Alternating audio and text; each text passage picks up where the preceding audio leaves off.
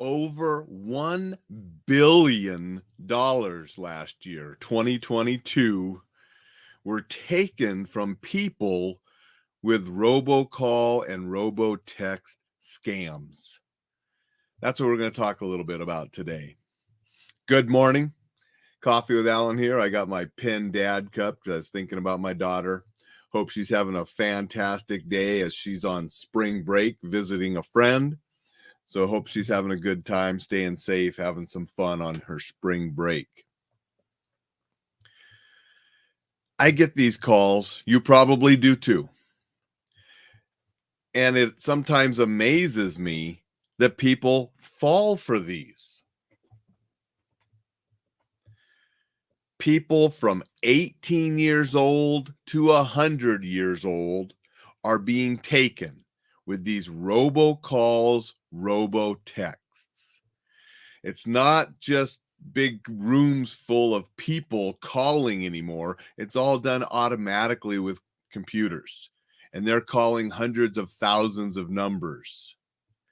And people are falling for these. And calls are actually down, but texts are up. So people are falling for these text scams. The bottom line, if you don't know who it's from, don't answer, don't reply, don't click links. I'm in a little bit different situation. I get calls from all over the United States from numbers that I don't always know. And sometimes the little caller ID doesn't give an accurate description. Sometimes I get the potential spam, so I sort of know what it is. Other times the institution, if it's a hospital or a law enforcement agency or something calling for Reflex Protect, it comes up and I sort of know that, yeah, that one's probably legit. Other times it's calls that I'm not sure. And sometimes they're fake, sometimes they're legit. And now with the technology that they can change numbers on you, and so it looks like a Montana number, and then it's not. And sometimes they're sales. And I actually know, and I'm not going to say his name, he's very popular out there. I got a call one time from one of his sales reps, and it came from a Montana number. And the guys started to pitch for this very popular author and salesperson out there. If I said his name, you'd know it. And I asked the guy, I said, "Are you in Montana?" He's like, "No, I'm down in Florida." I said, "Then why are you spoofing a Montana number when you called?" And he's like, I said, "So I'm supposed to believe you and trust you when you're using fake phone numbers?" And the guy started, well, I'm sorry about that. I said, "I want nothing to do with you or your company when you're lying to people using fake numbers." And he like, "I'm sorry." And we hung up. Okay. So you get those kind of calls too. That wasn't necessarily a scam. The person does provide information and services and stuff, and he's not scamming. I just think it's a cruddy practice to be faking numbers like that. Use your real number. Own up who you are if you're going to be completely honest with people. But the scammers out there, they're using numbers. They're calling and texting, wanting you to click on links. And it's either something about your taxes or your bank. I got one email too. Email's a big one. Got one yesterday from American Express, but you look at the email and it's not American Express, even though they're using American Express logos in the email, and they give you a link to sign in to check on the delinquent or the fraudulent charges on your card. And you click that link and you enter your information, and you've just given them your login information to get into your American Express account. And they send these out with all these different kind of things because they know good chance the person has an American Express or a Visa or a MasterCard or was expecting a package.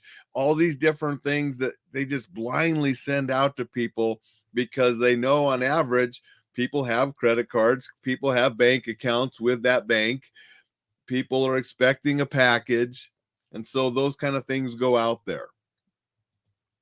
Good morning, Jay. Appreciate you saying hello. Hope you're having a fantastic Wednesday. But just the robocalls and robotext messages in 2022 cost people over $1 billion. And that's why we keep getting them, because people are being suckered and losing money. You need to protect yourself. There are things on your phone, depending if you have Android or Apple, you can go in and there's some different settings that can help you block some of those kind of calls. There are different apps for different phones that you can get to help you block and filter out some of those text messages and calls, and that'll reduce the amount you get. But the key is, when you get them, don't fall for these scams. Do not give out your information. Do not click on links text to you by someone you don't know. And if you're like me and you're in a business where you get calls from unknown numbers and you have to take them, that's just part of life. We have to take them, and we're going to get those scammers. We're going to get the sales calls, and we just hang up on them. That's all you need to do. If you don't have to answer calls from people you don't know, do the filters, do the blocking. And again, never click on a link or go provide information to someone you don't know. Even if you bank with that bank, or you have that credit card, or you really are expecting a package, they're not going to send you those kind of links and such to sign in and give your personal information. So when in doubt, don't do anything. And if you think something might be wrong with your package or your bank account or your credit card, call the real number on your statements or on the back of your card and talk with somebody from that organization to determine if anything's actually wrong.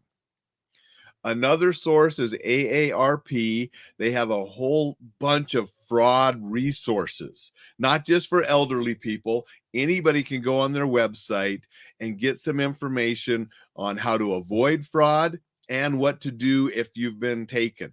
So that's one resource out there that has a lot of information helping people avoid fraud and helping people that get suckered by these and lose money to try to get it back. If you ever do lose money on these, make sure you report it.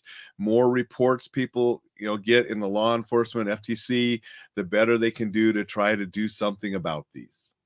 So that's just a little bit. I wanted to give you a safety tip today, because we need to keep our bank accounts safe, just like we need to keep our bodies safe and our families safe.